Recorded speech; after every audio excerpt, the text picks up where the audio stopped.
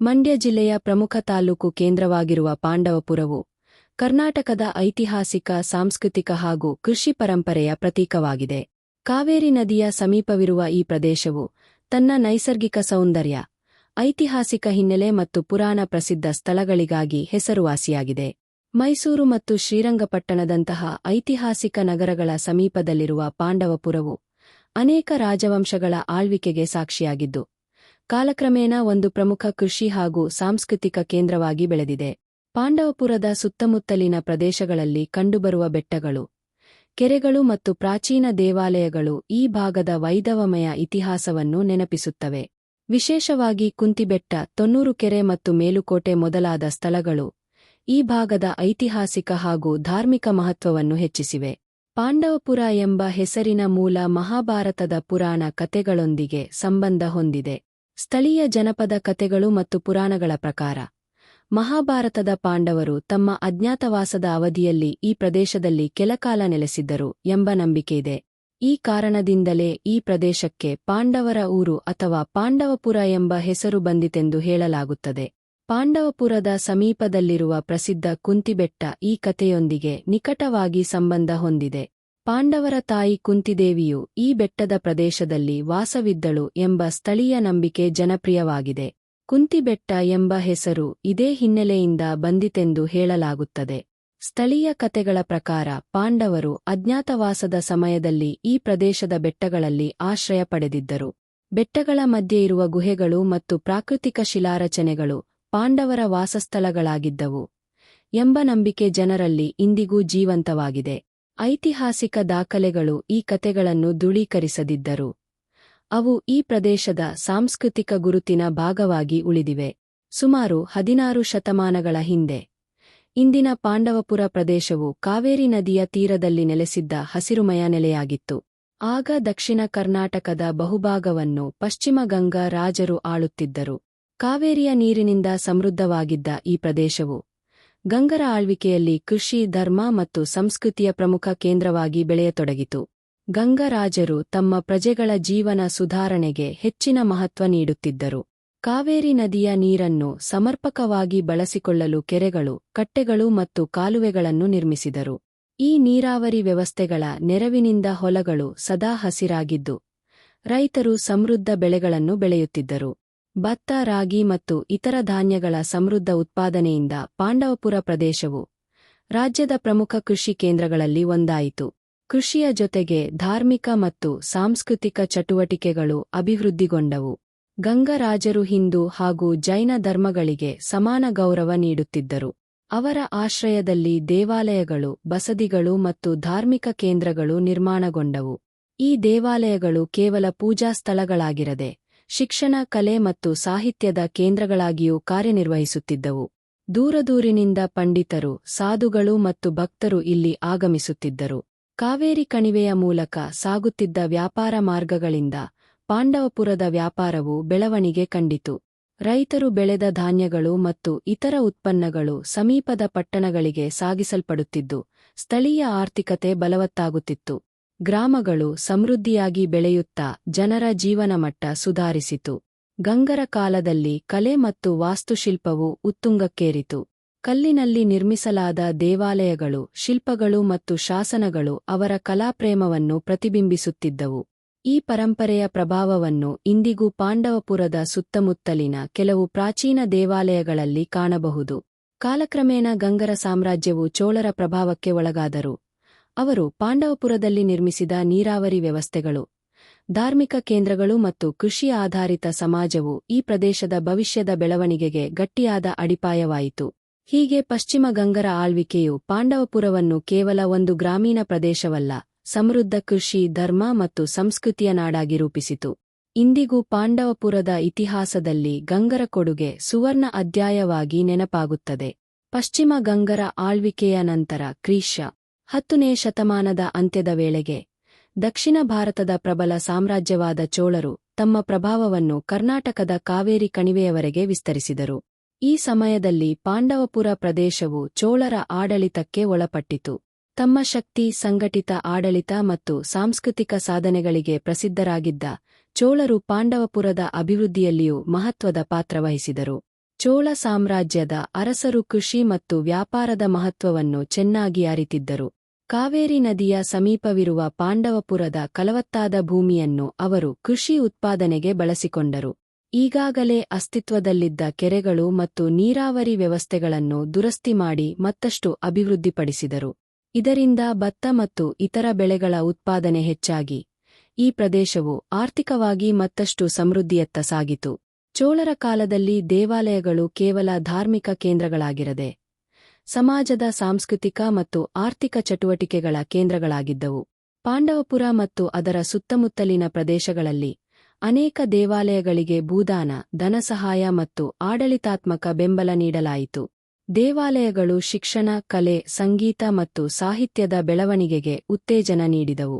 ಈ ಕಾಲದಲ್ಲಿ ಶೈವ ಮತ್ತು ವೈಷ್ಣವ ಸಂಪ್ರದಾಯಗಳು ವಿಶೇಷವಾಗಿ ಬೆಳವಣಿಗೆ ಕಂಡವು. ಚೋಳರು ತಮ್ಮ ಆಡಳಿತವನ್ನು ಸುಗಮಗೊಳಿಸಲು ಗ್ರಾಮ ಮಟ್ಟದ ಆಡಳಿತ ವ್ಯವಸ್ಥೆಗಳನ್ನು ಬಲಪಡಿಸಿದರು. ಗ್ರಾಮ ಸಭೆಗಳು ಮತ್ತು ಸ್ಥಳೀಯ ಅಧಿಕಾರಿಗಳು ತೆರಿಗೆ ಸಂಗ್ರಹಣೆ, ನೀರಾವರಿ ನಿರ್ವಹಣೆ ಮತ್ತು ಸಾರ್ವಜನಿಕ ಕಾರ್ಯಗಳನ್ನು ನೋಡಿಕೊಳ್ಳುತ್ತಿದ್ದರು. ಈ ವ್ಯವಸ್ಥೆಯಿಂದ ಗ್ರಾಮೀಣ ಪ್ರದೇಶಗಳ ಅಭಿವೃದ್ಧಿ ಸಾಧ್ಯವಾಯಿತು. ವ್ಯಾಪಾರ ಕ್ಷೇತ್ರದಲ್ಲಿಯೂ ಪಾಂಡವಪುರವು ಚೋಳರ ಕಾಲದಲ್ಲಿ ಪ್ರಗತಿಯನ್ನು ಕಂಡಿತು. ದಕ್ಷಿಣ ಭಾರತದ ವಿವಿಧ ಭಾಗಗಳನ್ನು ಸಂಪರ್ಕಿಸುವ ವ್ಯಾಪಾರ ಮಾರ್ಗಗಳು ಈ ಪ್ರದೇಶದ ಮೂಲಕ ಸಾಗುತ್ತಿದ್ದವು. ಕೃಷಿ ಉತ್ಪನ್ನಗಳು, ಕರಕುಶಲ ವಸ್ತುಗಳು ಮತ್ತು ಇತರ ಸರಕುಗಳ ವ್ಯಾಪಾರದಿಂದ ಸ್ಥಳೀಯ ಆರ್ಥಿಕತೆ ಬಲವತ್ತಾಯಿತು. ವ್ಯಾಪಾರಿಗಳು ಮತ್ತು ಕರಕುಶಲಗಾರರು ಸಮಾಜದಲ್ಲಿ ಪ್ರಮುಖ ಸ್ಥಾನವನ್ನು ಪಡೆದರು. ಚೋಳರ ಕಾಲದಲ್ಲಿ ಕಲೆ ಮತ್ತು ವಾಸ್ತುಶಿಲ್ಪವು ಹೊಸ ಎತ್ತರವನ್ನು ತಲುಪಿತು. ಸುಂದರ ಶಿಲ್ಪಕಲೆ, ಕಲ್ಲಿನ ಕೆತ್ತನೆಗಳು ಮತ್ತು ದೇವಾಲಯ ವಾಸ್ತುಶಿಲ್ಪವು ಈ ಕಾಲದ ವೈಭವವನ್ನು ಪ್ರತಿಬಿಂಬಿಸುತ್ತವೆ. ಪಾಂಡವಪುರದ ಸುತ್ತಮುತ್ತಲಿನ ಕೆಲವು ಪ್ರಾಚೀನ ದೇವಾಲಯಗಳಲ್ಲಿ ಇಂದಿಗೂ ಚೋಳರ ಕಲಾಶೈಲಿಯ ಪ್ರಭಾವವನ್ನು ಕಾಣಬಹುದು. ಸುಮಾರು 2 ಶತಮಾನಗಳ ಕಾಲ ಈ ಪ್ರದೇಶದ ಮೇಲೆ ಪ್ರಭಾವ ಬೀರಿದ ಚೋಳರ ಸಾಮ್ರಾಜ್ಯವು ನಂತರ ಹೊಯ್ಸಳರ ಉದಯದೊಂದಿಗೆ ತನ್ನ ಹಿಡಿತವನ್ನು ಕಳೆದುಕೊಂಡಿತು. ಆದಾಗ್ಯೂ ಕೃಷಿ, ವ್ಯಾಪಾರ, ದೇವಾಲಯ, ಸಂಸ್ಕೃತಿ ಮತ್ತು ಆಡಳಿತ ವ್ಯವಸ್ಥೆಗಳಲ್ಲಿ ಚೋಳರು ಮಾಡಿದ ಅಭಿವೃದ್ಧಿಯು ಪಾಂಡವಪುರದ ಇತಿಹಾಸದಲ್ಲಿ ಮಹತ್ವದ ಅಧ್ಯಾಯವಾಗಿ ಉಳಿಯಿತು. ಅವರ ಕಾಲವು ಈ ಪ್ರದೇಶವನ್ನು ಆರ್ಥಿಕವಾಗಿ ಬಲಿಷ್ಠ ಮತ್ತು ಸಾಂಸ್ಕೃತಿಕವಾಗಿ ಶ್ರೀಮಂತಗೊಳಿಸಿದ ಒಂದು ಸುವರ್ಣಯುಗವೆಂದು ಪರಿಗಣಿಸಲಾಗಿದೆ. ಕ್ರಿ.ಶ. 11ನೇ ಶತಮಾನದ ವೇಳೆಗೆ ಕರ್ನಾಟಕದ ರಾಜಕೀಯ ಇತಿಹಾಸದಲ್ಲಿ ಹೊಸ ಶಕ್ತಿಯಾಗಿ ಹೊಯ್ಸಳ ಸಾಮ್ರಾಜ್ಯ ಉದಯವಾಯಿತು. ಚೋಳರ ಪ್ರಭಾವ ನಿಧಾನವಾಗಿ ಕುಗ್ಗುತ್ತಿದ್ದ ಸಂದರ್ಭದಲ್ಲಿ ಹೊಯ್ಸಳರು ದಕ್ಷಿಣ ಕರ್ನಾಟಕದ ಅನೇಕ ಪ್ರದೇಶಗಳನ್ನು ತಮ್ಮ ಆಡಳಿತಕ್ಕೆ ಒಳಪಡಿಸಿದರು. ಕಾವೇರಿ ನದಿಯ ಸಮೀಪದಲ್ಲಿದ್ದ ಪಾಂಡವಪುರವು ಹೊಯ್ಸಳರ ಸಾಮ್ರಾಜ್ಯದ ಪ್ರಮುಖ ಭಾಗವಾಯಿತು. ಈ ಕಾಲವು ಪಾಂಡವಪುರದ ಇತಿಹಾಸದಲ್ಲಿ ಕಲೆ, ವಾಸ್ತುಶಿಲ್ಪ, ಧರ್ಮ ಮತ್ತು ಸಂಸ್ಕೃತಿಯ ಬೆಳವಣಿಗೆಯ ಸುವರ್ಣಯುಗವೆಂದು ಪರಿಗಣಿಸಲಾಗಿದೆ. ಹೊಯ್ಸಳ ರಾಜರು ಕಲೆ ಮತ್ತು ವಾಸ್ತುಶಿಲ್ಪದ ಮಹಾನ್ ಪೋಷಕರಾಗಿದ್ದರು. ಅವರು ನಿರ್ಮಿಸಿದ ದೇವಾಲಯಗಳು ಇಂದಿಗೂ ವಿಶ್ವಪ್ರಸಿದ್ಧವಾಗಿವೆ. ಪಾಂಡವಪುರದ ಸುತ್ತಮುತ್ತಲಿನ ಪ್ರದೇಶಗಳಲ್ಲಿ ಧಾರ್ಮಿಕ ಚಟುವಟಿಕೆಗಳು ಹೆಚ್ಚಾಗಿ ಬೆಳವಣಿಗೆ ಕಂಡವು. ದೇವಾಲಯಗಳು ಕೇವಲ ಪೂಜಾ ಕೇಂದ್ರಗಳಾಗಿರದೆ ಸಮಾಜದ ಸಾಂಸ್ಕೃತಿಕ, ಶೈಕ್ಷಣಿಕ ಮತ್ತು ಆರ್ಥಿಕ ಚಟುವಟಿಕೆಗಳ ಕೇಂದ್ರಗಳಾಗಿದ್ದವು.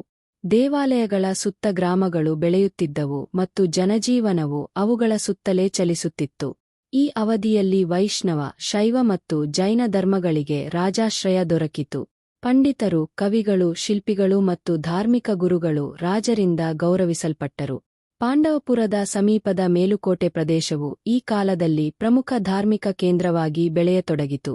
ಧರ್ಮ ಮತ್ತು ಭಕ್ತಿಯ ಜೊತೆಗೆ ಶಿಕ್ಷಣ ಮತ್ತು ಸಾಹಿತ್ಯದ ಚಟುವಟಿಕೆಗಳು ಉತ್ತೇಜನ ಪಡೆದವು. ಹೊಯ್ಸಳರ ಕಾಲದಲ್ಲಿ ಕೃಷಿಯು ಹೆಚ್ಚಿನ ಅಭಿವೃದ್ಧಿಯನ್ನು ಕಂಡಿತು. ಕಾವೇರಿ ನದಿಯ ನೀರನ್ನು ಬಳಸಿಕೊಂಡು ಕೆರೆಗಳು, ಕಾಲುವೆಗಳು ಮತ್ತು ನೀರಾವರಿ ವ್ಯವಸ್ಥೆಗಳನ್ನು ನಿರ್ವಹಿಸಲಾಯಿತು. ಕೃಷಿಯ ಬೆಳವಣಿಗೆಯಿಂದ ರೈತರು ಸಮೃದ್ಧರಾಗಿದ್ದು, ರಾಜ್ಯದ ಆರ್ಥಿಕತೆ ಬಲವತ್ತಾಯಿತು. ಪಾಂಡವಪುರದ ಫಲವತ್ತಾದ ಭೂಮಿಯಲ್ಲಿ ಭತ್ತ, ರಾಗಿ ಮತ್ತು ಇತರ ಬೆಳೆಗಳನ್ನು ಬೆಳೆಯಲಾಗುತ್ತಿತ್ತು. ಹೊಯ್ಸಳರ ವಾಸ್ತುಶಿಲ್ಪವು ಈ ಕಾಲದ ಅತ್ಯಂತ ಮಹತ್ವದ ಸಾಧನೆಯಾಗಿತ್ತು. ನಕ್ಷತ್ರಾಕಾರದ ದೇವಾಲಯಗಳು, ಕಪ್ಪುಕಲ್ಲಿನ ಸೂಕ್ಷ್ಮ ಕೆತ್ತನೆಗಳು, ದೇವದೇವಿಯರ ಶಿಲ್ಪಗಳು ಮತ್ತು ಅಲಂಕಾರಿಕ ಸ್ತಂಭಗಳು ಹೊಯ್ಸಳ ಕಲೆಯ ವೈಶಿಷ್ಟ್ಯವಾಗಿದ್ದವು. ಪಾಂಡವಪುರದ ಸುತ್ತಮುತ್ತಲಿನ ಕೆಲವು ದೇವಾಲಯಗಳಲ್ಲಿ ಇಂದಿಗೂ ಈ ಕಲಾಶೈಲಿಯ ಪ್ರಭಾವವನ್ನು ಕಾಣಬಹುದು. ಶಿಲ್ಪಕಲೆ ಮತ್ತು ವಾಸ್ತುಶಿಲ್ಪದ ಮೂಲಕ ಹೊಯ್ಸಳರು ತಮ್ಮ ಸಾಮ್ರಾಜ್ಯದ ಸಾಂಸ್ಕೃತಿಕ ವೈಭವವನ್ನು ಪ್ರತಿಬಿಂಬಿಸಿದರು. ವ್ಯಾಪಾರ ಮತ್ತು ಕೈಗಾರಿಕೆಗಳು ಈ ಕಾಲದಲ್ಲಿ ಅಭಿವೃದ್ಧಿ ಕಂಡವು. ಗ್ರಾಮೀಣ ಪ್ರದೇಶಗಳಿಂದ ಕೃಷಿ ಉತ್ಪನ್ನಗಳು ಮತ್ತು ಕರಕುಶಲ ವಸ್ತುಗಳು ವಿವಿಧ ಭಾಗಗಳಿಗೆ ಸಾಗಿಸಲ್ಪಡುತ್ತಿದ್ದವು. ಇದರಿಂದ ಸ್ಥಳೀಯ ಮಾರುಕಟ್ಟೆಗಳು ಬೆಳೆಯಲು ಕಾರಣವಾಯಿತು. ಆದರೆ ಕ್ರಿ.ಶ. 14ನೇ ಶತಮಾನದ ಆರಂಭದಲ್ಲಿ ದೆಹಲಿ ಸುಲ್ತಾನರ ದಾಳಿಗಳು ಮತ್ತು ರಾಜಕೀಯ ಅಸ್ಥಿರತೆಯಿಂದ ಹೊಯ್ಸಳ ಸಾಮ್ರಾಜ್ಯ ದುರ್ಬಲವಾಯಿತು. ನಂತರ ವಿಜಯನಗರ ಸಾಮ್ರಾಜ್ಯದ ಉದಯದೊಂದಿಗೆ ಈ ಪ್ರದೇಶವು ಹೊಸ ಆಡಳಿತಕ್ಕೆ ಒಳಪಟ್ಟಿತು. ಆದಾಗ್ಯೂ ಹೊಯ್ಸಳರ ಕಾಲದಲ್ಲಿ ನಿರ್ಮಾಣಗೊಂಡ ಧಾರ್ಮಿಕ ಕೇಂದ್ರಗಳು, ಕೃಷಿ ವ್ಯವಸ್ಥೆಗಳು ಮತ್ತು ಕಲಾತ್ಮಕ ಪರಂಪರೆಗಳು ಪಾಂಡವಪುರದ ಇತಿಹಾಸದಲ್ಲಿ ಅಳಿಸಲಾಗದ ಗುರುತು ಮೂಡಿಸಿವೆ. ಹೀಗೆ ಹೊಯ್ಸಳರ ಆಳ್ವಿಕೆಯು ಪಾಂಡವಪುರವನ್ನು ಕೇವಲ ಕೃಷಿ ಪ್ರದೇಶವಾಗಿಯೇ ಅಲ್ಲದೆ ಕಲೆ, ಸಂಸ್ಕೃತಿ ಮತ್ತು ಧಾರ್ಮಿಕ ವೈಭವದ ಕೇಂದ್ರವಾಗಿಯೂ ರೂಪಿಸಿತು. ಅವರ ಪರಂಪರೆಯ ಪ್ರತಿಧ್ವನಿ ಇಂದಿಗೂ ಈ ಭಾಗದ ದೇವಾಲಯಗಳು, ಸಂಪ್ರದಾಯಗಳು ಮತ್ತು ಐತಿಹಾಸಿಕ ಸ್ಮಾರಕಗಳಲ್ಲಿ ಜೀವಂತವಾಗಿದೆ. ಕ್ರಿ.ಶ. 14ನೇ ಶತಮಾನದಲ್ಲಿ ದಕ್ಷಿಣ ಭಾರತದಲ್ಲಿ ವಿಜಯನಗರ ಸಾಮ್ರಾಜ್ಯದ ಉದಯವು ಹೊಸ ಯುಗದ ಆರಂಭವಾಗಿತ್ತು. ಹೊಯ್ಸಳ ಸಾಮ್ರಾಜ್ಯದ ಪತನದ ನಂತರ ಹರಿಹರ ಮತ್ತು ಬುಕ್ಕರಾಯರು ಸ್ಥಾಪಿಸಿದ ವಿಜಯನಗರ ಸಾಮ್ರಾಜ್ಯವು ಕರ್ನಾಟಕ ಸೇರಿದಂತೆ ದಕ್ಷಿಣ ಭಾರತದ ವಿಶಾಲ ಪ್ರದೇಶಗಳನ್ನು ತನ್ನ ಅಧೀನಕ್ಕೆ ತೆಗೆದುಕೊಂಡಿತು.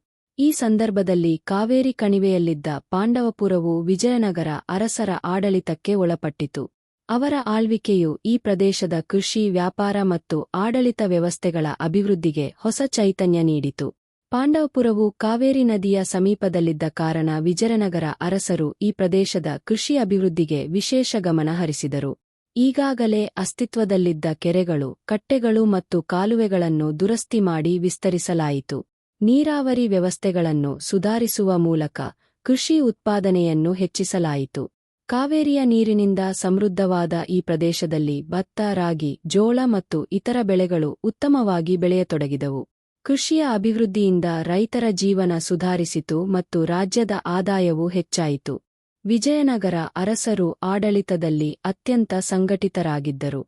ರಾಜ್ಯವನ್ನು ವಿವಿಧ ಪ್ರಾಂತ್ಯಗಳಾಗಿ ವಿಂಗಡಿಸಿ ಸ್ಥಳೀಯ ನಾಯಕರ ಮೂಲಕ ಆಡಳಿತ ನಡೆಸುತ್ತಿದ್ದರು. ಪಾಂಡವಪುರ ಪ್ರದೇಶದಲ್ಲಿಯೂ ಸ್ಥಳೀಯ ಆಡಳಿತ ವ್ಯವಸ್ಥೆ ಬಲಗೊಂಡಿತು. ತೆರಿಗೆ ಸಂಗ್ರಹಣೆ, ನೀರಾವರಿ ನಿರ್ವಹಣೆ ಮತ್ತು ಸಾರ್ವಜನಿಕ ಕಾಮಗಾರಿಗಳನ್ನು ಸಮರ್ಪಕವಾಗಿ ನಿರ್ವಹಿಸುವ ಮೂಲಕ ಜನರ ಜೀವನದಲ್ಲಿ ಸ್ಥಿರತೆ ಮೂಡಿಸಲಾಯಿತು. ಈ ಕಾಲದಲ್ಲಿ ವ್ಯಾಪಾರ ಮತ್ತು ವಾಣಿಜ್ಯವು ಮಹತ್ತರವಾಗಿ ಬೆಳೆಯಿತು. ಪಾಂಡವಪುರವು ಮೈಸೂರು, ಶ್ರೀರಂಗಪಟ್ಟಣ ಮತ್ತು ದಕ್ಷಿಣ ಕರ್ನಾಟಕದ ಇತರ ಪ್ರಮುಖ ಪ್ರದೇಶಗಳನ್ನು ಸಂಪರ್ಕಿಸುವ ಮಾರ್ಗಗಳ ಸಮೀಪದಲ್ಲಿದ್ದ ಕಾರಣ ವ್ಯಾಪಾರ ಚಟುವಟಿಕೆಗಳಿಗೆ ಅನುಕೂಲಕರ ಕೇಂದ್ರವಾಗಿತ್ತು. ಕೃಷಿ ಉತ್ಪನ್ನಗಳು, ಕರಕುಶಲ ವಸ್ತುಗಳು ಮತ್ತು ಇತರ ಸರಕುಗಳ ವಿನಿಮಯ ಹೆಚ್ಚಾಗಿ ಸ್ಥಳೀಯ ಮಾರುಕಟ್ಟೆಗಳು ಸಮೃದ್ಧಗೊಂಡವು. ವ್ಯಾಪಾರಿಗಳ ವರ್ಗವು ಸಮಾಜದಲ್ಲಿ ಪ್ರಮುಖ ಸ್ಥಾನವನ್ನು ಪಡೆದುಕೊಂಡಿತು. ಧಾರ್ಮಿಕ ಮತ್ತು ಸಾಂಸ್ಕೃತಿಕ ಕ್ಷೇತ್ರಗಳಲ್ಲಿಯೂ ವಿಜಯನಗರ ಅರಸರು ಮಹತ್ವದ ಕೊಡುಗೆ ನೀಡಿದರು. ದೇವಾಲಯಗಳಿಗೆ ದೇಣಿಗೆಗಳು ಮತ್ತು ಭೂದಾನಗಳನ್ನು ನೀಡುವ ಮೂಲಕ ಧಾರ್ಮಿಕ ಸಂಸ್ಥೆಗಳನ್ನು ಬೆಂಬಲಿಸಿದರು. ಪಾಂಡವಪುರದ ಸಮೀಪದ ಮೇಲುಕೋಟೆ, ಶ್ರೀರಂಗಪಟ್ಟಣ ಮತ್ತು ಇತರ ಧಾರ್ಮಿಕ ಕ್ಷೇತ್ರಗಳು ಈ ಕಾಲದಲ್ಲಿ ಹೆಚ್ಚಿನ ಅಭಿವೃದ್ಧಿಯನ್ನು ಕಂಡವು. ದೇವಾಲಯಗಳು ಕೇವಲ ಪೂಜಾ ಸ್ಥಳಗಳಾಗಿರದೆ ಶಿಕ್ಷಣ, ಸಾಹಿತ್ಯ, ಸಂಗೀತ ಮತ್ತು ಕಲೆಗಳ ಕೇಂದ್ರಗಳಾಗಿದ್ದವು. ವಿಜಯನಗರ ಸಾಮ್ರಾಜ್ಯದ ಕಾಲದಲ್ಲಿ ಕನ್ನಡ, ಸಂಸ್ಕೃತ ಮತ್ತು ತೆಲುಗು ಸಾಹಿತ್ಯವು ಬೆಳವಣಿಗೆ ಕಂಡಿತು. ಕವಿಗಳು, ಪಂಡಿತರು ಮತ್ತು ಕಲಾವಿದರಿಗೆ ರಾಜಾಶ್ರಯ ದೊರಕಿತು. ಈ ಸಾಂಸ್ಕೃತಿಕ ಬೆಳವಣಿಗೆಯ ಪ್ರಭಾವ ಪಾಂಡವಪುರದ ಜನಜೀವನದಲ್ಲಿಯೂ ಕಾಣಿಸಿತು. ಆದರೆ ಕ್ರಿ.ಶ.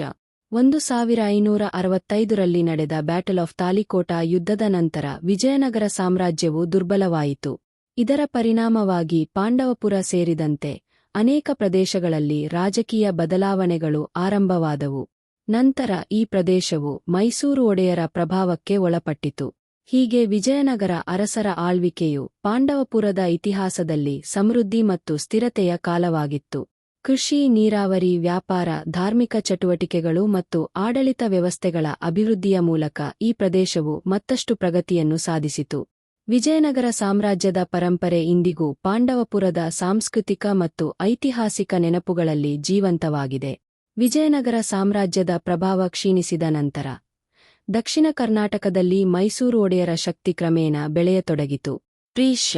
1578ರಲ್ಲಿ ಸಿಂಹಾಸನಾರೂಢರಾದ ರಾಜ ವಾಡಿಯಾರ್ ಮೈಸೂರು ರಾಜ್ಯದ ಅಡಿಪಾಯವನ್ನು ಬಲಪಡಿಸಿದ ಪ್ರಮುಖ ಅರಸರಾಗಿದ್ದರು. ಕ್ರಿ.ಶ. 1610ರಲ್ಲಿ ಅವರು ಶ್ರೀರಂಗಪಟ್ಟಣವನ್ನು ತಮ್ಮ ವಶಕ್ಕೆ ಪಡೆದು ಮೈಸೂರು ರಾಜ್ಯದ ಪ್ರಮುಖ ಕೇಂದ್ರವನ್ನಾಗಿ ರೂಪಿಸಿದರು. ಈ ಬೆಳವಣಿಗೆಯೊಂದಿಗೆ ಶ್ರೀರಂಗಪಟ್ಟಣದ ಸಮೀಪದಲ್ಲಿದ್ದ ಪಾಂಡವಪುರ ಪ್ರದೇಶವು ಮೈಸೂರು ರಾಜ್ಯದ ಪ್ರಮುಖ ಭಾಗವಾಯಿತು. ಶ್ರೀರಂಗಪಟ್ಟಣ ರಾಜಕೀಯ ಮತ್ತು ಆಡಳಿತಾತ್ಮಕ ಕೇಂದ್ರವಾಗಿ ಬೆಳೆದಂತೆ ಅದರ ಸುತ್ತಲಿನ ಪಾಂಡವಪುರ ಪ್ರದೇಶದ ಮಹತ್ವವೂ ಹೆಚ್ಚಾಯಿತು. ಕಾವೇರಿ ನದಿಯ ಸಮೃದ್ಧ ನೀರಾವರಿ ಸೌಲಭ್ಯದಿಂದ ಈ ಪ್ರದೇಶವು ರಾಜ್ಯದ ಪ್ರಮುಖ ಕೃಷಿ ಕೇಂದ್ರವಾಗಿ ಬೆಳೆಯಿತು. ಭತ್ತ, ರಾಗಿ, ಕಬ್ಬು ಮತ್ತು ಇತರ ಬೆಳೆಗಳ ಉತ್ಪಾದನೆಯಿಂದ ಪಾಂಡವಪುರವು ಮೈಸೂರು ರಾಜ್ಯದ ಆಹಾರ ಧಾನ್ಯಗಳ ಪ್ರಮುಖ ಮೂಲಗಳಲ್ಲಿ ಒಂದಾಯಿತು. ಒಡೆಯರ ಆಡಳಿತದಲ್ಲಿ ಕೃಷಿಗೆ ಹೆಚ್ಚಿನ ಪ್ರೋತ್ಸಾಹ ನೀಡಲಾಯಿತು. ಕೆರೆಗಳು, ಕಟ್ಟೆಗಳು ಮತ್ತು ಕಾಲುವೆಗಳ ನಿರ್ವಹಣೆಗೆ ವಿಶೇಷ ಗಮನ ನೀಡಲಾಯಿತು. ರೈತರಿಗೆ ಭೂಮಿಯ ಅಭಿವೃದ್ಧಿ ಮತ್ತು ಕೃಷಿ ಚಟುವಟಿಕೆಗಳಿಗೆ ಅನುಕೂಲಕರ ವಾತಾವರಣ ಒದಗಿಸಲಾಯಿತು. ಇದರಿಂದ ಕೃಷಿ ಉತ್ಪಾದನೆ ಹೆಚ್ಚಾಗಿ ಜನರ ಜೀವನಮಟ್ಟ ಸುಧಾರಿಸಿತು. ಪಾಂಡವಪುರವು ಶ್ರೀರಂಗಪಟ್ಟಣ ಮತ್ತು ಮೈಸೂರನ್ನು ಸಂಪರ್ಕಿಸುವ ಪ್ರಮುಖ ಮಾರ್ಗದಲ್ಲಿದ್ದ ಕಾರಣ ವ್ಯಾಪಾರ ಮತ್ತು ಸಂಚಾರದಲ್ಲಿಯೂ ಪ್ರಮುಖ ಪಾತ್ರ ವಹಿಸಿತು. ರೈತರು ಬೆಳೆದ ಉತ್ಪನ್ನಗಳು ಮತ್ತು ಸ್ಥಳೀಯ ಕರಕುಶಲ ವಸ್ತುಗಳು ರಾಜ್ಯದ ವಿವಿಧ ಭಾಗಗಳಿಗೆ ಸಾಗಿಸಲ್ಪಡುತ್ತಿದ್ದವು. ವ್ಯಾಪಾರ ಚಟುವಟಿಕೆಗಳ ಬೆಳವಣಿಗೆಯಿಂದ ಸ್ಥಳೀಯ ಮಾರುಕಟ್ಟೆಗಳು ಸಮೃದ್ಧಗೊಂಡವು. ಧಾರ್ಮಿಕ ಮತ್ತು ಸಾಂಸ್ಕೃತಿಕ ಕ್ಷೇತ್ರಗಳಲ್ಲಿಯೂ ಒಡೆಯರು ಮಹತ್ವದ ಕೊಡುಗೆ ನೀಡಿದರು. ದೇವಾಲಯಗಳ ನಿರ್ವಹಣೆ, ಜೀರ್ಣೋದ್ಧಾರ ಮತ್ತು ಧಾರ್ಮಿಕ ಆಚರಣೆಗಳಿಗೆ ರಾಜಾಶ್ರಯ ದೊರಕಿತು. ಪಾಂಡವಪುರದ ಸುತ್ತಮುತ್ತಲಿನ ಅನೇಕ ದೇವಾಲಯಗಳು ಮತ್ತು ಧಾರ್ಮಿಕ ಕೇಂದ್ರಗಳು ಈ ಅವಧಿಯಲ್ಲಿ ಅಭಿವೃದ್ಧಿ ಕಂಡವು. ಮೇಲುಕೋಟೆ, ಶ್ರೀರಂಗಪಟ್ಟಣ ಮತ್ತು ಇತರ ಪವಿತ್ರ ಕ್ಷೇತ್ರಗಳಿಗೆ ಮೈಸೂರು ಅರಸರು ವಿಶೇಷ ಗೌರವ ನೀಡುತ್ತಿದ್ದರು. ಒಡೆಯರ ಕಾಲದಲ್ಲಿ ಕಲೆ, ಸಂಗೀತ ಮತ್ತು ಸಾಹಿತ್ಯಕ್ಕೂ ಉತ್ತೇಜನ ದೊರಕಿತು. ಕನ್ನಡ ಸಂಸ್ಕೃತಿ ಮತ್ತು ಪರಂಪರೆಯು ಮತ್ತಷ್ಟು ಬಲಗೊಂಡಿತು. ಹಬ್ಬಗಳು, ಜಾತ್ರೆಗಳು ಮತ್ತು ಧಾರ್ಮಿಕ ಉತ್ಸವಗಳು ಜನಜೀವನದ ಅವಿಭಾಜ್ಯ ಅಂಗವಾಗಿದ್ದವು. ಪಾಂಡವಪುರದ ಗ್ರಾಮೀಣ ಸಂಸ್ಕೃತಿಯು ಈ ಅವಧಿಯಲ್ಲಿ ಮತ್ತಷ್ಟು ಶ್ರೀಮಂತವಾಯಿತು. 17ನೇ ಮತ್ತು 18ನೇ ಶತಮಾನಗಳಲ್ಲಿ ಮೈಸೂರು ರಾಜ್ಯವು ದಕ್ಷಿಣ ಭಾರತದ ಪ್ರಮುಖ ಶಕ್ತಿಗಳಲ್ಲಿ ಒಂದಾಗಿ ಬೆಳೆಯಿತು. ಈ ಸಮಯದಲ್ಲಿ ಪಾಂಡವಪುರವು ತನ್ನ ಕೃಷಿ, ವ್ಯಾಪಾರ ಮತ್ತು ಧಾರ್ಮಿಕ ಮಹತ್ವದಿಂದ ರಾಜ್ಯದ ಅಭಿವೃದ್ಧಿಗೆ ಮಹತ್ತರ ಕೊಡುಗೆ ನೀಡಿತು.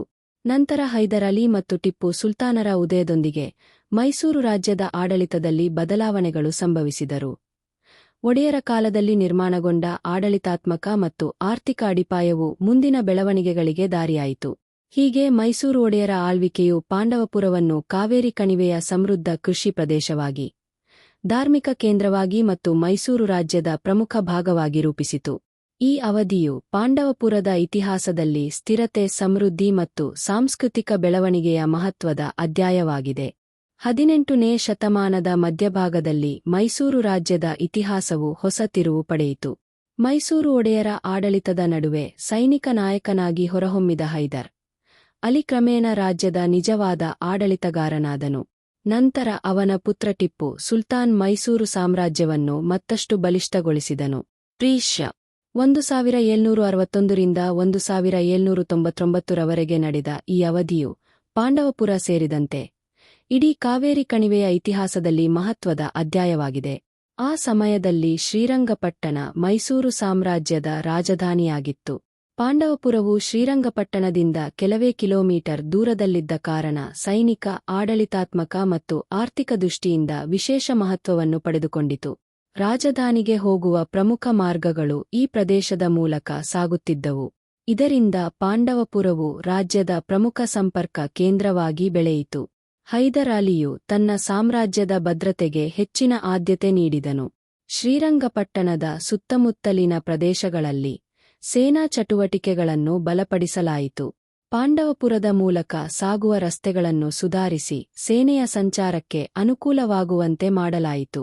ಸೈನಿಕರು, ಅಧಿಕಾರಿಗಳು ಮತ್ತು ವ್ಯಾಪಾರಿಗಳು ಈ ಮಾರ್ಗಗಳನ್ನು ಬಳಸುತ್ತಿದ್ದ ಕಾರಣ ಈ ಪ್ರದೇಶದಲ್ಲಿ ಜನಸಂಚಾರ ಹೆಚ್ಚಾಯಿತು. ಹೈದರ್ ಅಲಿ ಕೃಷಿಯ ಅಭಿವೃದ್ಧಿಗೂ ವಿಶೇಷ ಗಮನ ನೀಡಿದನು.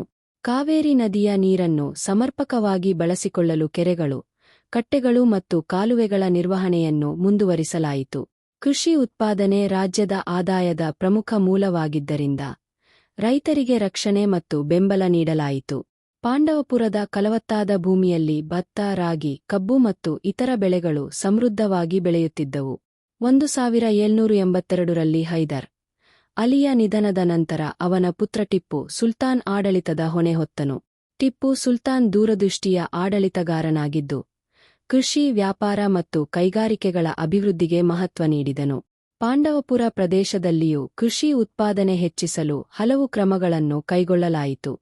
ಭೂಮಿಯ ಸಮೀಕ್ಷೆ, ತೆರಿಗೆ ವ್ಯವಸ್ಥೆಯ ಸುಧಾರಣೆ ಮತ್ತು ನೀರಾವರಿ ಸೌಲಭ್ಯಗಳ ನಿರ್ವಹಣೆಗೆ ಒತ್ತು ನೀಡಲಾಯಿತು. ಟಿಪ್ಪು ಸುಲ್ತಾನನ ಕಾಲದಲ್ಲಿ ಶ್ರೀರಂಗಪಟ್ಟಣವು ಅಂತಾರಾಷ್ಟ್ರೀಯ ವ್ಯಾಪಾರದ ಪ್ರಮುಖ ಕೇಂದ್ರವಾಗಿತ್ತು. ಇದರ ಪರಿಣಾಮವಾಗಿ ಪಾಂಡವಪುರದ ಸುತ್ತಮುತ್ತಲಿನ ಪ್ರದೇಶಗಳಲ್ಲಿಯೂ ವ್ಯಾಪಾರ ಚಟುವಟಿಕೆಗಳು ಹೆಚ್ಚಾದವು. ಕೃಷಿ ಉತ್ಪನ್ನಗಳು ಮತ್ತು ಸ್ಥಳೀಯ ವಸ್ತುಗಳು ವಿವಿಧ ಮಾರುಕಟ್ಟೆಗಳಿಗೆ ಸಾಗಿಸಲ್ಪಟ್ಟವು. ಈ ವ್ಯಾಪಾರ ಬೆಳವಣಿಗೆಯಿಂದ ಸ್ಥಳೀಯ ಆರ್ಥಿಕತೆ ಬಲವತ್ತಾಯಿತು. ಆದರೆ ಇದೇ ಅವಧಿಯಲ್ಲಿ ಮೈಸೂರು ಸಾಮ್ರಾಜ್ಯವು ಬ್ರಿಟಿಷರು, ಮರಾಠರು ಮತ್ತು ಹೈದರಾಬಾದ್ನ ನಿಜಾಮರೊಂದಿಗೆ ಅನೇಕ ಯುದ್ಧಗಳನ್ನು ಎದುರಿಸಬೇಕಾಯಿತು. ಈ ಯುದ್ಧಗಳ ಪರಿಣಾಮ ಪಾಂಡವಪುರ ಪ್ರದೇಶದ ಮೇಲೂ ಬೀರಿತು. ರಾಜಧಾನಿಗೆ ಸಮೀಪದಲ್ಲಿದ್ದ ಕಾರಣ ಇಲ್ಲಿ ಸೇನಾ ಚಟುವಟಿಕೆಗಳು ಹೆಚ್ಚಾಗಿ ಕಂಡುಬಂದವು. ಆದಾಗ್ಯೂ ಕೃಷಿ ಮತ್ತು ಜನಜೀವನವನ್ನು ಸಾಧ್ಯವಾದಷ್ಟು ಸ್ಥಿರವಾಗಿಡಲು ಆಡಳಿತ ಪ್ರಯತ್ನಿಸಿತು. ಕೊನೆಗೆ ಕ್ರಿ.ಶ. 1799ರಲ್ಲಿ ನಡೆದ ಸೀಜ್ ಆಫ್ ಸೆರಿಂಗಪಟ್ಟಮ್ ಯುದ್ಧದಲ್ಲಿ ಟಿಪ್ಪು ಸುಲ್ತಾನ್ ವೀರಮರಣ ಹೊಂದಿದನು. ಇದರೊಂದಿಗೆ ಮೈಸೂರು ಸಾಮ್ರಾಜ್ಯದ ಒಂದು ಮಹತ್ವದ ಅಧ್ಯಾಯ ಅಂತ್ಯಗೊಂಡಿತು. ನಂತರ ಈ ಪ್ರದೇಶವು ಬ್ರಿಟಿಷರ ಪ್ರಭಾವಕ್ಕೆ ಒಳಪಟ್ಟಿತು. ಹೈದರ್ ಅಲಿ ಮತ್ತು ಟಿಪ್ಪು ಸುಲ್ತಾನರ ಕಾಲದಲ್ಲಿ ಪಾಂಡವಪುರವು ರಾಜಧಾನಿಯಾದ ಶ್ರೀರಂಗಪಟ್ಟಣದ ನೆರಳಿನಲ್ಲಿ ಬೆಳೆದ ಪ್ರಮುಖ ಕೃಷಿ ಮತ್ತು ಸಂಪರ್ಕ ಕೇಂದ್ರವಾಗಿತ್ತು. ರಸ್ತೆ ಅಭಿವೃದ್ಧಿ, ನೀರಾವರಿ ವ್ಯವಸ್ಥೆಗಳ ನಿರ್ವಹಣೆ, ಕೃಷಿಗೆ ನೀಡಿದ ಉತ್ತೇಜನ ಮತ್ತು ವ್ಯಾಪಾರದ ಬೆಳವಣಿಗೆ ಈ ಅವಧಿಯ ಪ್ರಮುಖ ಸಾಧನೆಗಳಾಗಿವೆ. ಆದ್ದರಿಂದ ಈ ಕಾಲವನ್ನು ಪಾಂಡವಪುರದ ಇತಿಹಾಸದಲ್ಲಿ ಸೈನಿಕ ಮಹತ್ವ, ಆಡಳಿತಾತ್ಮಕ ಬೆಳವಣಿಗೆ ಮತ್ತು ಆರ್ಥಿಕ ಪ್ರಗತಿಯ ಯುಗವೆಂದು ನೆನಪಿಸಲಾಗುತ್ತದೆ. ಕ್ರಿ.ಶ. 1799ರಲ್ಲಿ ನಡೆದ ಶ್ರೀರಂಗಪಟ್ಟಣದ ಯುದ್ಧವು ದಕ್ಷಿಣ ಭಾರತದ ಇತಿಹಾಸದಲ್ಲಿ ಮಹತ್ವದ ತಿರುವು ನೀಡಿತು. ಟಿಪ್ಪು ಸುಲ್ತಾನನ ವೀರಮರಣದೊಂದಿಗೆ ಮೈಸೂರು ಸಾಮ್ರಾಜ್ಯದ ಒಂದು ಯುಗ ಅಂತ್ಯಗೊಂಡಿತು. ಶ್ರೀರಂಗಪಟ್ಟಣ ಬ್ರಿಟಿಷರ ವಶವಾದ ನಂತರ ಪಾಂಡವಪುರ ಸೇರಿದಂತೆ ಮೈಸೂರು ರಾಜ್ಯದ ಬಹುಭಾಗವು ಬ್ರಿಟಿಷರ ಪ್ರಭಾವಕ್ಕೆ ಒಳಪಟ್ಟಿತು. ರಾಜಧಾನಿಗೆ ಸಮೀಪದಲ್ಲಿದ್ದ ಪಾಂಡವಪುರವು ಈ ರಾಜಕೀಯ ಬದಲಾವಣೆಗಳ ಪರಿಣಾಮವನ್ನು ನೇರವಾಗಿ ಅನುಭವಿಸಿತು. ಟಿಪ್ಪು ಸುಲ್ತಾನನ ಪತನದ ನಂತರ ಬ್ರಿಟಿಷರು ಮೈಸೂರು ರಾಜ್ಯದಲ್ಲಿ ಒಡೆಯರ ವಂಶದ ಆಡಳಿತವನ್ನು ಪುನಃ ಸ್ಥಾಪಿಸಿದರು. ಬಾಲರಾಜನಾಗಿದ್ದ ಕೃಷ್ಣರಾಜ ಒಡೆಯರ್ ಮೂರನೇಯವರನ್ನು ಸಿಂಹಾಸನದ ಮೇಲೆ ಕೂರಿಸಲಾಯಿತು. ಆದರೆ ನಿಜವಾದ ಅಧಿಕಾರವು ಬ್ರಿಟಿಷರ ಕೈಯಲ್ಲೇ ಇತ್ತು. ಹೀಗಾಗಿ ಮೈಸೂರು ಸಂಸ್ಥಾನವು ಸ್ವತಂತ್ರ ರಾಜ್ಯದಂತೆ ಕಾಣುತ್ತಿದ್ದರೂ ಬ್ರಿಟಿಷರ ಮೇಲ್ವಿಚಾರಣೆಯಡಿಯಲ್ಲಿ ಕಾರ್ಯನಿರ್ವಹಿಸುತ್ತಿತ್ತು. ಈ ಅವಧಿಯಲ್ಲಿ ಪಾಂಡವಪುರವು ಕೃಷಿ ಪ್ರಧಾನ ಪ್ರದೇಶವಾಗಿ ತನ್ನ ಮಹತ್ವವನ್ನು ಉಳಿಸಿಕೊಂಡಿತು. ಕಾವೇರಿ ನದಿಯ ನೀರಾವರಿ ಸೌಲಭ್ಯಗಳಿಂದಾಗಿ ಈ ಪ್ರದೇಶವು ಮಂಡ್ಯ ಮತ್ತು ಮೈಸೂರು ಭಾಗಗಳ ಪ್ರಮುಖ ಕೃಷಿ ಕೇಂದ್ರಗಳಲ್ಲಿ ಒಂದಾಗಿ ಬೆಳೆಯಿತು. ಬ್ರಿಟಿಷರು ಭೂಮಿಯ ಸಮೀಕ್ಷೆ ನಡೆಸಿ ತೆರಿಗೆ ವ್ಯವಸ್ಥೆಯನ್ನು ಹೆಚ್ಚು ವ್ಯವಸ್ಥಿತಗೊಳಿಸಿದರು. ಭೂ ದಾಖಲೆಗಳನ್ನು ಸಿದ್ಧಪಡಿಸಿ ಕೃಷಿ ಆದಾಯವನ್ನು ನಿಯಮಿತಗೊಳಿಸಲಾಯಿತು. 19ನೇ ಶತಮಾನದಲ್ಲಿ ರಸ್ತೆ ಮತ್ತು ಸಂಚಾರ ವ್ಯವಸ್ಥೆಗಳ ಅಭಿವೃದ್ಧಿಗೆ ಹೆಚ್ಚಿನ ಒತ್ತು ನೀಡಲಾಯಿತು. ಮೈಸೂರು, ಶ್ರೀರಂಗಪಟ್ಟಣ ಮತ್ತು ಬೆಂಗಳೂರು ಸಂಪರ್ಕಿಸುವ ಪ್ರಮುಖ ಮಾರ್ಗಗಳ ಅಭಿವೃದ್ಧಿಯಿಂದ ಪಾಂಡವಪುರದ ವ್ಯಾಪಾರ ಚಟುವಟಿಕೆಗಳು ಹೆಚ್ಚಾದವು. ರೈತರು ಬೆಳೆದ ಧಾನ್ಯಗಳು ಮತ್ತು ಇತರ ಕೃಷಿ ಉತ್ಪನ್ನಗಳನ್ನು ಸುಲಭವಾಗಿ ಮಾರುಕಟ್ಟೆಗಳಿಗೆ ಸಾಗಿಸಲು ಸಾಧ್ಯವಾಯಿತು. ರೈಲ್ವೆ ವ್ಯವಸ್ಥೆಯ ಆಗಮನವು ಪಾಂಡವಪುರದ ಅಭಿವೃದ್ಧಿಗೆ ಮತ್ತೊಂದು ಪ್ರಮುಖ ಹಂತವಾಗಿತ್ತು. ಮೈಸೂರು ಬೆಂಗಳೂರು ರೈಲು ಮಾರ್ಗ ನಿರ್ಮಾಣವಾದ ನಂತರ ಪಾಂಡವಪುರವು ಪ್ರಮುಖ ರೈಲ್ವೆ ನಿಲ್ದಾಣವಾಗಿ ಬೆಳೆಯಿತು. ಇದರಿಂದ ಜನರ ಸಂಚಾರ ಸುಲಭವಾಯಿತು ಮತ್ತು ವ್ಯಾಪಾರ ವಹಿವಾಟು ಮತ್ತಷ್ಟು ಹೆಚ್ಚಾಯಿತು. ಕೃಷಿ ಉತ್ಪನ್ನಗಳನ್ನು ದೂರದ ಪ್ರದೇಶಗಳಿಗೆ ಸಾಗಿಸುವ ಅವಕಾಶ ದೊರಕಿತು. 19ನೇ ಶತಮಾನದ ಕೊನೆಯ ಭಾಗ ಮತ್ತು 20ನೇ ಶತಮಾನದ ಆರಂಭದಲ್ಲಿ ಮೈಸೂರು ಮಹಾರಾಜರು ಹಲವಾರು ಅಭಿವೃದ್ಧಿ ಯೋಜನೆಗಳನ್ನು ಕೈಗೊಂಡರು. ವಿಶೇಷವಾಗಿ ನಾಲ್ವಡಿ ಕೃಷ್ಣರಾಜ ಒಡೆಯರ್ ಅವರ ಆಡಳಿತದಲ್ಲಿ ಶಿಕ್ಷಣ, ಆರೋಗ್ಯ, ನೀರಾವರಿ ಮತ್ತು ಕೈಗಾರಿಕಾ ಕ್ಷೇತ್ರಗಳಲ್ಲಿ ಮಹತ್ತರ ಪ್ರಗತಿ ಕಂಡುಬಂತು. ಈ ಅಭಿವೃದ್ಧಿಯ ಪರಿಣಾಮ ಪಾಂಡವಪುರ ಪ್ರದೇಶದಲ್ಲಿಯೂ ಕಂಡುಬಂತು. 20ನೇ ಶತಮಾನದ ಆರಂಭದಲ್ಲಿ ಕಾವೇರಿ ನದಿಗೆ ನಿರ್ಮಿಸಲಾದ ಕೃಷ್ಣರಾಜ ಸಾಗರ ಡ್ಯಾಂ ಕ್ಯಾರಿಯಸ್ ಅಣೆಕಟ್ಟು ಯೋಜನೆಯು ಪಾಂಡವಪುರದ ಇತಿಹಾಸದಲ್ಲಿ ಹೊಸ ಅಧ್ಯಾಯವನ್ನು ಆರಂಭಿಸಿತು.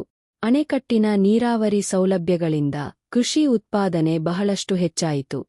ಕಬ್ಬು, ಭತ್ತ ಮತ್ತು ಇತರ ವಾಣಿಜ್ಯ ಬೆಳೆಗಳ ಕೃಷಿ ವಿಸ್ತರಿಸಿತು. ನಂತರ ಮಂಡ್ಯ ಜಿಲ್ಲೆಯ ಸಕ್ಕರೆ ಉದ್ಯಮದ ಬೆಳವಣಿಗೆಗೂ ಇದು ಪ್ರಮುಖ ಕಾರಣವಾಯಿತು. ಭಾರತದ ಸ್ವಾತಂತ್ರ್ಯ ಚಳವಳಿಯ ಪ್ರಭಾವವು ಪಾಂಡವಪುರದ ಮೇಲೂ ಬೀರಿತು. ರಾಷ್ಟ್ರೀಯ ಚಳವಳಿಗಳ ವಿಚಾರಗಳು ಗ್ರಾಮೀಣ ಪ್ರದೇಶಗಳಿಗೂ ತಲುಪಿದವು. ಸ್ಥಳೀಯ ಜನರು ಸ್ವಾತಂತ್ರ್ಯ ಹೋರಾಟದ ಬಗ್ಗೆ ಅರಿವು ಪಡೆದು ರಾಷ್ಟ್ರೀಯ ಚಟುವಟಿಕೆಗಳಿಗೆ ಬೆಂಬಲ ನೀಡಿದರು. ಕೊನೆಗೆ 1947ರ ಆಗಸ್ಟ್ 15ರಂದು ಭಾರತ ಸ್ವಾತಂತ್ರ್ಯ ಪಡೆದಾಗ ಪಾಂಡವಪುರವು ಹೊಸ ಭಾರತದ ಭಾಗವಾಯಿತು. ಬ್ರಿಟಿಷರ ಆಳ್ವಿಕೆಯ ಅಂತ್ಯದೊಂದಿಗೆ ಪ್ರಜಾಪ್ರಭುತ್ವದ ಯುಗ ಆರಂಭವಾಯಿತು. ಹೀಗೆ 1799ರಿಂದ 1947ರವರೆಗಿನ ಬ್ರಿಟಿಷರ ಕಾಲವು ಪಾಂಡವಪುರದ ಇತಿಹಾಸದಲ್ಲಿ ಮಹತ್ವದ ಪರಿವರ್ತನೆಯ ಅವಧಿಯಾಗಿತ್ತು. ಕೃಷಿ, ರೈಲ್ವೆ, ರಸ್ತೆ, ನೀರಾವರಿ ಮತ್ತು ಆಡಳಿತ ಕ್ಷೇತ್ರಗಳಲ್ಲಿ ನಡೆದ ಅಭಿವೃದ್ಧಿಗಳು ಈ ಪ್ರದೇಶವನ್ನು ಆಧುನಿಕ ಯುಗದತ್ತ ಕೊಂಡೊಯ್ದವು. ಈ ಅವಧಿಯಲ್ಲಿ ಹಾಕಲಾದ ಅಡಿಪಾಯವೇ ಇಂದಿನ ಪಾಂಡವಪುರದ ಅಭಿವೃದ್ಧಿಗೆ ಪ್ರಮುಖ ಕಾರಣವಾಗಿದೆ. 1947ರ ಆಗಸ್ಟ್ 15ರಂದು ಭಾರತ ಸ್ವಾತಂತ್ರ್ಯ ಪಡೆದ ನಂತರ ದೇಶದಾದ್ಯಂತ ಹೊಸ ಆಡಳಿತ ವ್ಯವಸ್ಥೆ ಜಾರಿಗೆ ಬಂದಿತು. ಪಾಂಡವಪುರವು ಈ ಹೊಸ ಭಾರತದ ನಿರ್ಮಾಣದಲ್ಲಿ ತನ್ನ ಪಾತ್ರವನ್ನು ಆರಂಭಿಸಿತು. ಬ್ರಿಟಿಷರ ಆಳ್ವಿಕೆಯ ಅಂತ್ಯದೊಂದಿಗೆ ಮೈಸೂರು ಸಂಸ್ಥಾನವು ಭಾರತೀಯ ಒಕ್ಕೂಟಕ್ಕೆ ಸೇರ್ಪಡೆಯಾಗಿ ಪಾಂಡವಪುರವು ಮೈಸೂರು ರಾಜ್ಯದ ಭಾಗವಾಗಿ ಮುಂದುವರಿಯಿತು. ಸ್ವಾತಂತ್ರ್ಯದ ನಂತರ ಸರ್ಕಾರವು ಗ್ರಾಮೀಣ ಅಭಿವೃದ್ಧಿ, ಕೃಷಿ ಮತ್ತು ಶಿಕ್ಷಣ ಕ್ಷೇತ್ರಗಳಿಗೆ ಹೆಚ್ಚಿನ ಆದ್ಯತೆ ನೀಡಿತು. ಕಾವೇರಿ ನದಿಯ ನೀರಾವರಿ ಸೌಲಭ್ಯ ಮತ್ತು ಕೃಷ್ಣರಾಜ ಸಾಗರ ಕ್ಯಾರ್ಯ ಸನೆಕಟ್ಟಿನ ನೀರಿನ ನೆರವಿನಿಂದ ಪಾಂಡವಪುರದಲ್ಲಿ ಕೃಷಿ ಕ್ಷೇತ್ರವು ವೇಗವಾಗಿ ಅಭಿವೃದ್ಧಿಯಾಯಿತು. ಭತ್ತ, ಕಬ್ಬು, ತೆಂಗು ಮತ್ತು ಇತರ ವಾಣಿಜ್ಯ ಬೆಳೆಗಳ ಉತ್ಪಾದನೆ ಹೆಚ್ಚಾಯಿತು. ಇದರಿಂದ ರೈತರ ಆರ್ಥಿಕ ಸ್ಥಿತಿ ಸುಧಾರಿಸಿ ಪಾಂಡವಪುರವು ಮಂಡ್ಯ ಜಿಲ್ಲೆಯ ಪ್ರಮುಖ ಕೃಷಿ ಪ್ರದೇಶವಾಗಿ ಗುರುತಿಸಲ್ಪಟ್ಟಿತು. 1956ರಲ್ಲಿ ರಾಜ್ಯಗಳ ಪುನರ್ರಚನೆಯ ಸಂದರ್ಭದಲ್ಲಿ ಕನ್ನಡ ಭಾಷಿಕ ಪ್ರದೇಶಗಳನ್ನು ಒಗ್ಗೂಡಿಸಿ ಮೈಸೂರು ರಾಜ್ಯವನ್ನು ವಿಸ್ತರಿಸಲಾಯಿತು. ಪಾಂಡವಪುರವು ಈ ಹೊಸ ಮೈಸೂರು ರಾಜ್ಯದ ಪ್ರಮುಖ ಭಾಗವಾಗಿ ಉಳಿಯಿತು. ನಂತರ 1973ರ ನವೆಂಬರ್ 1ರಂದು ಮೈಸೂರು ರಾಜ್ಯಕ್ಕೆ ಕರ್ನಾಟಕ ಎಂಬ ಹೆಸರು ನೀಡಲಾಯಿತು.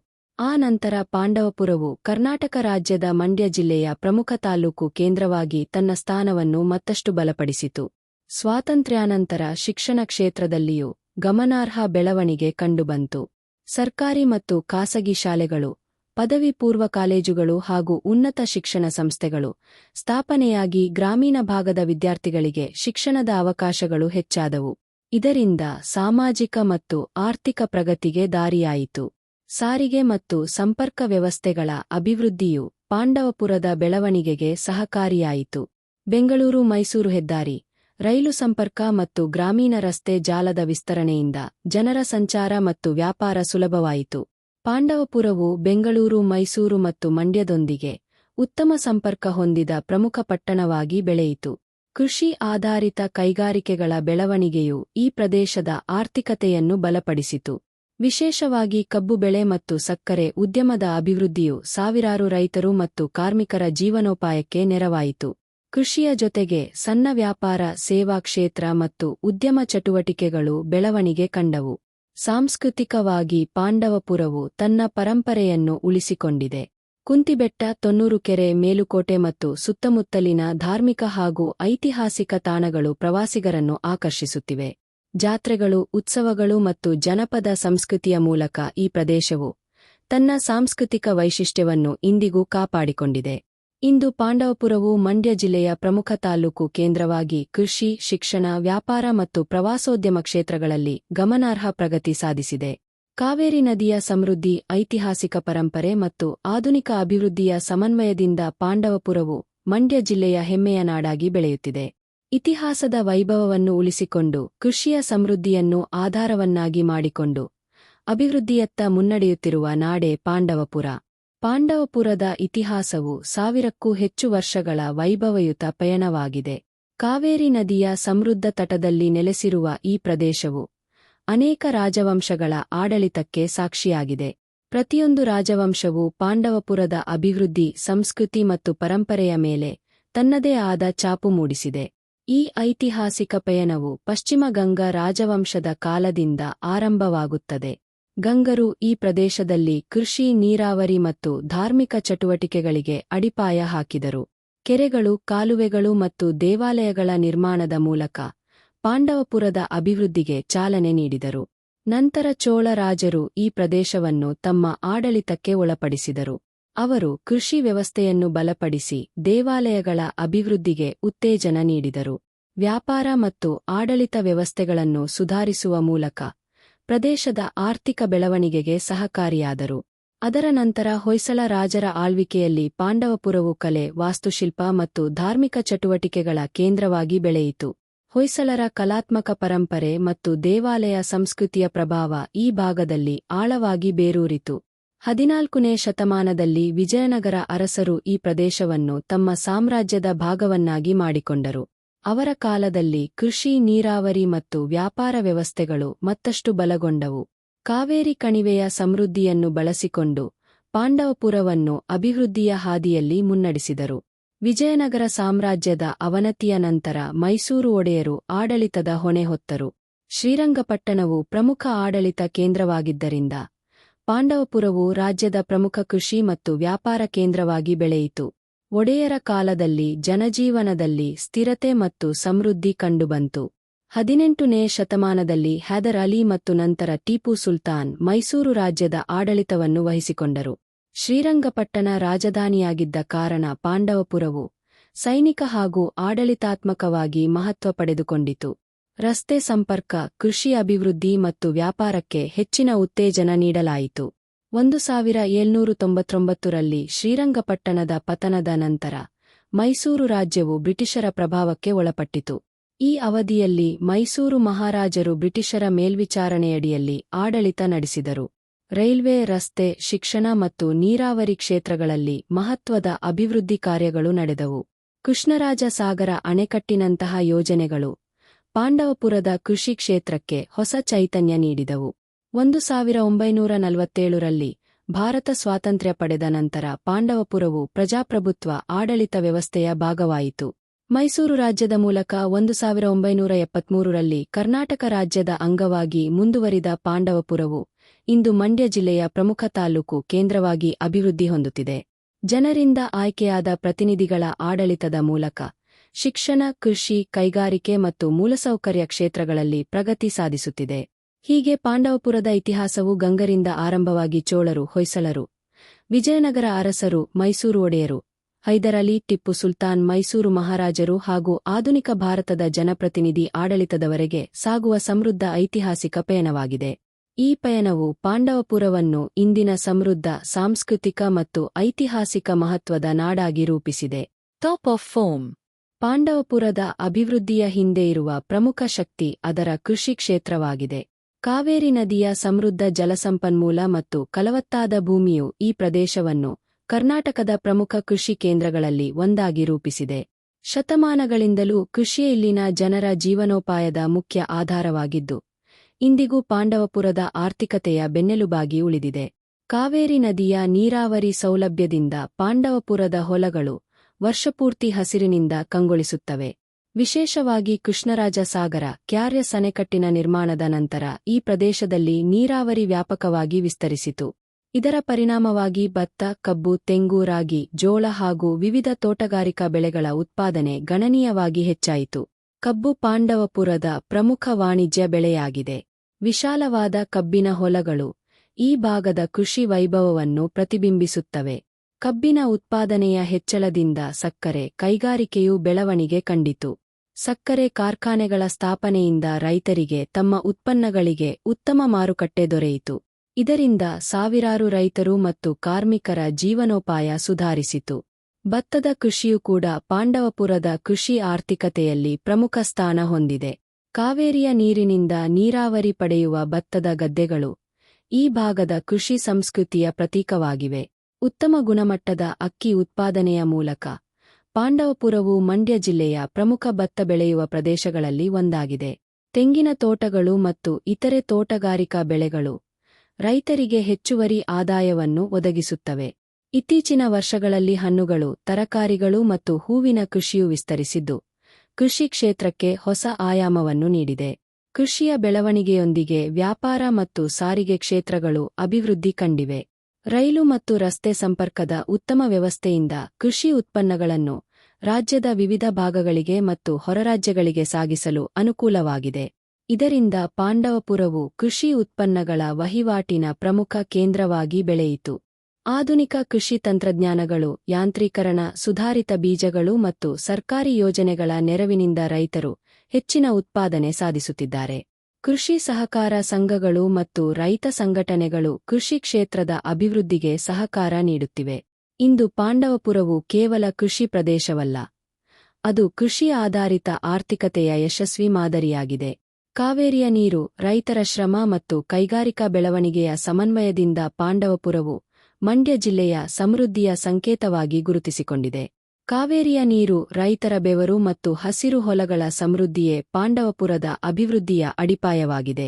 ಪಾಂಡವಪುರವು ತನ್ನ ಐತಿಹಾಸಿಕ ಹಿನ್ನೆಲೆ, ನೈಸರ್ಗಿಕ ಸೌಂದರ್ಯ ಮತ್ತು ಧಾರ್ಮಿಕ ಮಹತ್ವದಿಂದ ಪ್ರವಾಸಿಗರನ್ನು ಆಕರ್ಷಿಸುವ ಪ್ರಮುಖ ತಾಣವಾಗಿದೆ.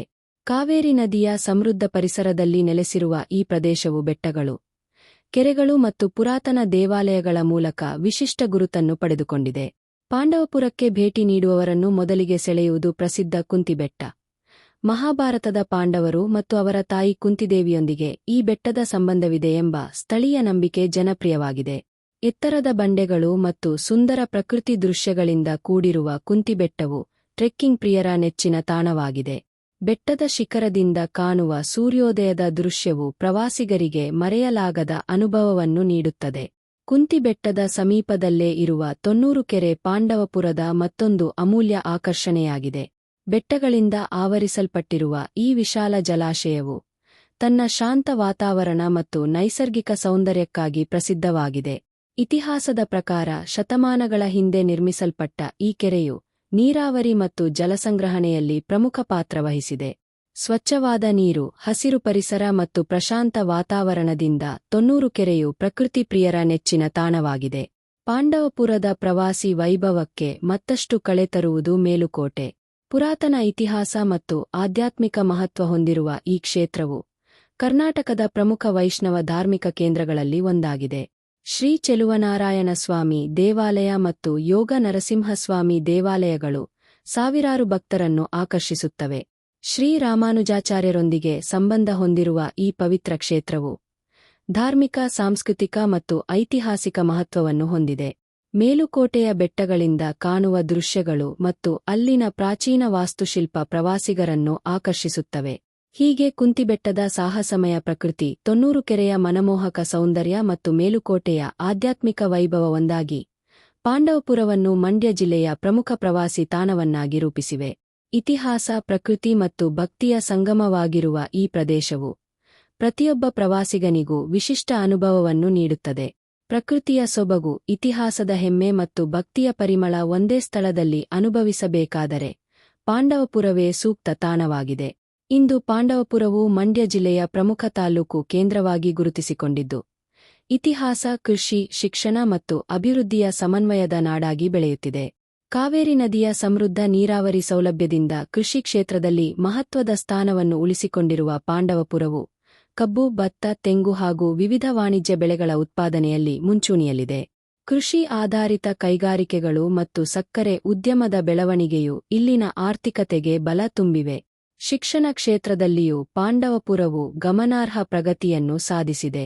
ಶಾಲೆಗಳು, ಪದವಿ ಪೂರ್ವ ಕಾಲೇಜುಗಳು ಮತ್ತು ಉನ್ನತ ಶಿಕ್ಷಣ ಸಂಸ್ಥೆಗಳು ಯುವಜನತೆಗೆ ಉತ್ತಮ ಶಿಕ್ಷಣದ ಅವಕಾಶಗಳನ್ನು ಒದಗಿಸುತ್ತಿವೆ. ರಸ್ತೆ, ರೈಲು ಮತ್ತು ಸಂಪರ್ಕ ವ್ಯವಸ್ಥೆಗಳ ಅಭಿವೃದ್ಧಿಯಿಂದ ವ್ಯಾಪಾರ ಮತ್ತು ವಾಣಿಜ್ಯ ಚಟುವಟಿಕೆಗಳು ವಿಸ್ತರಿಸಿದ್ದು, ಪಾಂಡವಪುರವು ಪ್ರಮುಖ ವ್ಯಾಪಾರ ಕೇಂದ್ರವಾಗಿಯೂ ಬೆಳೆಯುತ್ತಿದೆ. ಪ್ರವಾಸೋದ್ಯಮ ಕ್ಷೇತ್ರದಲ್ಲಿಯೂ ಪಾಂಡವಪುರವು ತನ್ನದೇ ಆದ ಸ್ಥಾನವನ್ನು ಪಡೆದುಕೊಂಡಿದೆ. ಕುಂತಿಬೆಟ್ಟ, ತೊನ್ನೂರು ಕೆರೆ ಮತ್ತು ಮೇಲುಕೋಟೆಯಂತಹ ಐತಿಹಾಸಿಕ ಹಾಗೂ ನೈಸರ್ಗಿಕ ತಾಣಗಳು ವರ್ಷಪೂರ್ತಿ ಸಾವಿರಾರು ಪ್ರವಾಸಿಗರನ್ನು ಆಕರ್ಷಿಸುತ್ತಿವೆ. ಈ ಪ್ರವಾಸಿ ತಾಣಗಳು ಪಾಂಡವಪುರದ ಸಾಂಸ್ಕೃತಿಕ ಮತ್ತು ಐತಿಹಾಸಿಕ ಪರಂಪರೆಯನ್ನು ಜಗತ್ತಿಗೆ ಪರಿಚಯಿಸುತ್ತಿವೆ. ಆಧುನಿಕ ಅಭಿವೃದ್ಧಿಯತ್ತ ಮುನ್ನಡೆಯುತ್ತಿದ್ದರೂ ಪಾಂಡವಪುರವು ತನ್ನ ಐತಿಹಾಸಿಕ ವೈಭವ, ಸಾಂಸ್ಕೃತಿಕ ಪರಂಪರೆ ಮತ್ತು ಗ್ರಾಮೀಣ ಮೌಲ್ಯಗಳನ್ನು ಕಾಪಾಡಿಕೊಂಡಿದೆ. ಗಂಗರು, ಚೋಳರು, ಹೊಯ್ಸಳರು, ವಿಜಯನಗರ ಅರಸರು, ಮೈಸೂರು ಒಡೆಯರು, ಹೈದರ್ ಅಲಿ ಮತ್ತು ಟಿಪ್ಪು ಸುಲ್ತಾನರ ಕಾಲದಿಂದ ಆರಂಭವಾದ ಈ ಐತಿಹಾಸಿಕ ಪಯಣ ಇಂದು ಅಭಿವೃದ್ಧಿಯ ಹೊಸ ಅಧ್ಯಾಯವನ್ನು ಬರೆಯುತ್ತಿದೆ. ಪಾಂಡವಪುರವು ಕೇವಲ ಒಂದು ತಾಲೂಕು ಕೇಂದ್ರವಲ್ಲ, ಅದು ಇತಿಹಾಸ, ಸಂಸ್ಕೃತಿ, ಕೃಷಿ ಮತ್ತು ಪ್ರಕೃತಿಯ ಸಮ್ಮಿಲನವಾಗಿದೆ. ಪುರಾತನ ರಾಜವಂಶಗಳ ನೆನಪುಗಳನ್ನು ಹೊತ್ತಿರುವ ಈ ನಾಡು ಕಾವೇರಿಯ ಸಮೃದ್ಧಿಯಿಂದ ಹಸಿರಾಗಿ, ಕೃಷಿಯ ವೈಭವದಿಂದ ಶ್ರೀಮಂತವಾಗಿ ಪ್ರಕೃತಿಯ ಸೌಂದರ್ಯದಿಂದ ಮನಮೋಹಕವಾಗಿ ಕಂಗೊಳಿಸುತ್ತಿದೆ. ಇತಿಹಾಸದ ಹೆಜ್ಜೆಗುರುತುಗಳು, ಕಾವೇರಿಯ ಸಮೃದ್ಧಿ, ಕೃಷಿಯ ವೈಭವ ಮತ್ತು ಪ್ರಕೃತಿಯ ಸೊಬಗು ಒಂದಾಗಿರುವ ನಾಡೇ ಪಾಂಡವಪುರ.